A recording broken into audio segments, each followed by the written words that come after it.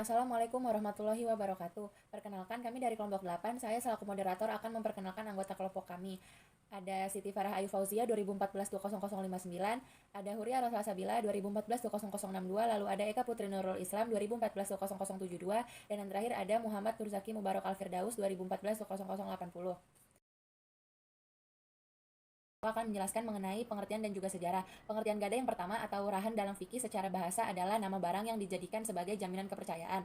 Sedangkan secara syaro adalah menyandra sejumlah harta yang diberikan sebagai jaminan secara hak namun dapat diambil kembali sebagai tebusan. Adapun pengertian rahan yang lain adalah perjanjian antara dua atau beberapa pihak mengenai menahan barang atau jaminan utang yang memiliki nilai harta dalam pandangan syaro atau ia dapat mengambil sebagian manfaat dari barang titipan tersebut atau barang jaminan tersebut.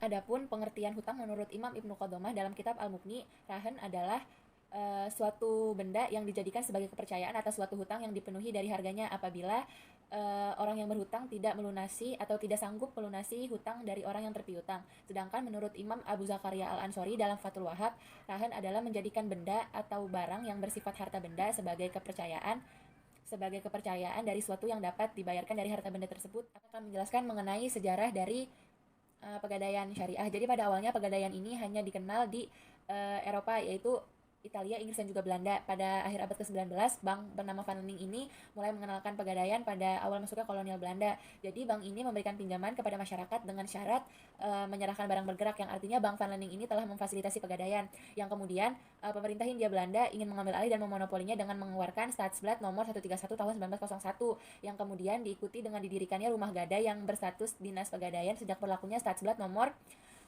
226 tahun 1960.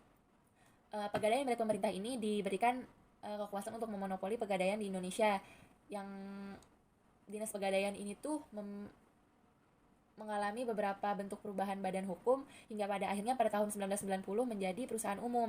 Pada tahun 1960 Dinas Pegadaian berubah menjadi Perusahaan Negara Pegadaian, yang kemudian pada tahun 1999 berubah lagi menjadi Perusahaan Jawatan Negara Pegadaian, yang kemudian pada tahun 1990 berubah menjadi perusahaan umum melalui peraturan pemerintah nomor 10 tahun 1990.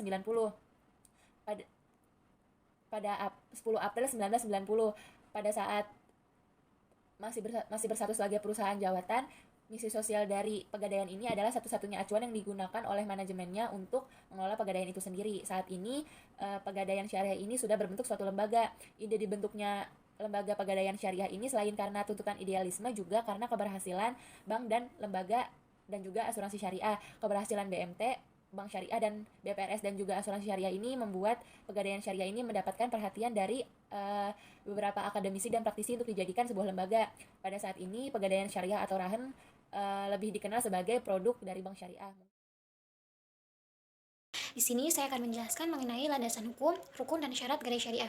Untuk landasan hukum yang pertama yaitu dari Al-Quran, sebagaimana terdapat dalam surah Al-Baqarah ayat 283. Jika kamu dalam perjalanan dan kamu melaksanakan muamalah tetapi tidak secara tunai, sedang kamu tidak memperoleh seorang penulis, maka hendaklah ada barang tanggungan yang dapat dijadikan sebagai pegangan oleh yang mengutangkan. Tetapi, jika sebagian kamu mempercayai sebagian yang lain, maka hendaklah sebagian yang lain itu bertakwa kepada Allah Subhanahu wa taala. Yang kedua, dari hadis Bukhari dan lainnya meriwayatkan dari Aisyah radhiyallahu anhu, beliau berkata, Rasulullah Shallallahu alaihi wasallam pernah memberi makanan dari orang Yahudi dan menggadaikan kepadanya baju besi beliau. Hadis riwayat Bukhari dan Muslim. Yang ketiga, ijtihad ulama. Perjanjian gadai yang diajarkan dalam Al-Quran dan hadis itu dalam pengembangan selanjutnya dilakukan oleh para fuqaha dengan jalan ijtihad. Dengan kesepakatan para ulama bahwa gadai diperbolehkan dan para ulama tidak pernah mempertentangkan keberadaannya atau kebolehannya. Demikian juga dengan gadai dan dengan landasan hukumnya. Namun demikian perlu dilakukan pengkajian yang lebih mendalam bagaimana seharusnya pegadaian menurut landasan hukumnya. Asy-Syafi'i mengatakan, Allah tidak menjadikan hukum kecuali dengan barang-barang yang berkriteria jelas dan serah terima. Kriteria tidak berbeda dengan aslinya, maka wajib tidak ada keputusan. Mazhab Maliki mengatakan, gadai wajib dengan akad atau setelah akad. Orang yang menggadaikan dipaksakan untuk menyerahkan jaminan untuk dipegang oleh orang yang memegang gadaian. Selanjutnya mengenai rukun gadai.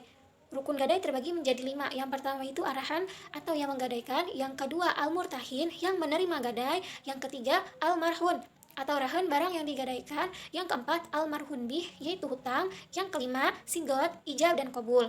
Syarat gadai syariah. Syarat gadai syariah yang pertama itu arahan dan murtahin, yang kedua sigot, yang ketiga marhun bih atau hutang, yang keempat marhun atau barang.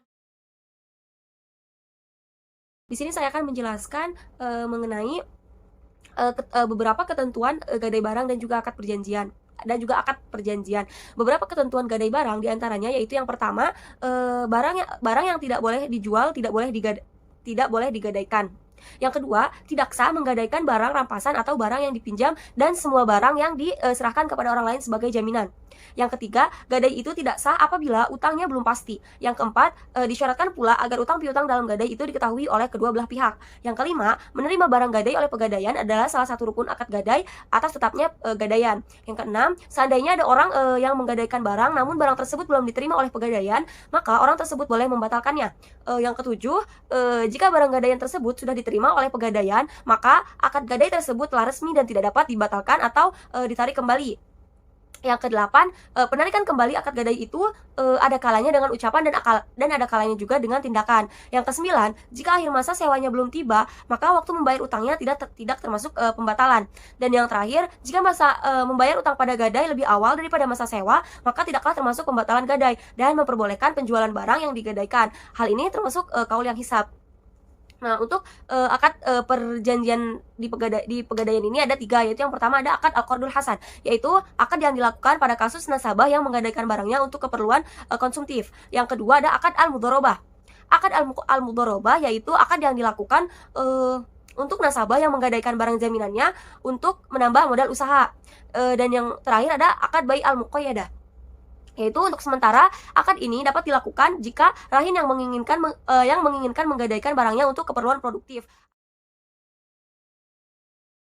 Di sini akan menjelaskan 3 penjelasan, yaitu yang pertama, penjelasan tentang aspek pegadaian syariah, yang kedua persamaan dan perbedaan pegadaian syariah dan konvensional, dan yang ketiga itu kendala dan strateginya.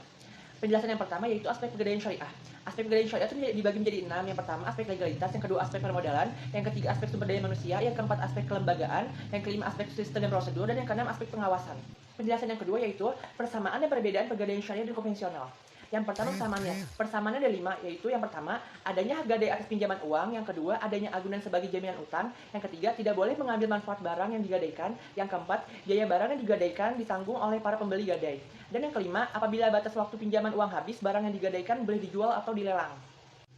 Yang kedua perbedaannya. Perbedaan yang pertama, rohan dalam hukum Islam dilakukan secara sukarela atas dasar tolong menolong tanpa mencari keuntungan, sedangkan gadai menurut hukum perdata di samping berprinsip tolong menolong juga menarik keuntungan dengan cara menarik bunga atau sewa modal.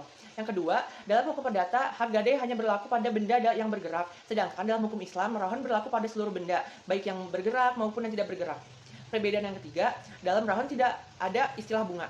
Perbedaan yang keempat, gadai menurut hukum perdata dilaksanakan melalui suatu lembaga yang ada di Indonesia, disebut sebagai perum pergadaian.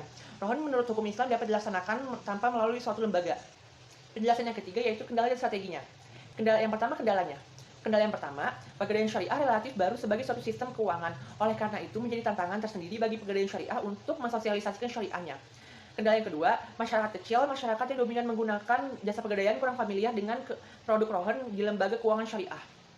Kendala yang ketiga, kebijakan pemerintah tentang gadai syariah belum sepenuhnya akomodatif terhadap keberadaan pegadaian syariah. Kendala yang keempat, pegadaian kurang populer. Image yang selama ini muncul adalah bahwa orang yang berhubungan dengan pegadaian adalah mereka yang meminjam dana dengan jaminan suatu barang, sehingga terkesan miskin atau tidak mampu secara ekonomi. Yang kedua ada strateginya. Strategi yang pertama, usaha untuk membentuk lembaga pegadaian syariah terus dilakukan sebagai usaha untuk mensosialisasikannya praktek ekonomi syariah di masyarakat menengah ke bawah yang kesulitan dalam mendapatkan pendanaan. Dan yang kedua, masyarakat akan lebih memilih pegadaian dibanding bank di saat mereka membutuhkan dana karena prosedur untuk mendapatkan dana relatif lebih mudah di pegadaian dibanding dengan meminjam dana langsung ke bank. Yang ketiga, pegadaian syariah bukan sebagai pesaing bagi lembaga keuangan syariah lainnya dan bukan menjadi alasan untuk menghambat berdirinya pegadaian syariah. Dengan keberadaan pegadaian syariah malah akan menambah pilihan bagi masyarakat untuk mendapatkan dana dengan mudah. Selain itu juga, hal ini meningkatkan tersosialisasikannya keberadaan lembaga keuangan syariah. Mungkin cukup sekian apa yang dapat kelompok kami sampaikan, kurang lebihnya mohon dimaafkan. Wassalamualaikum warahmatullahi wabarakatuh.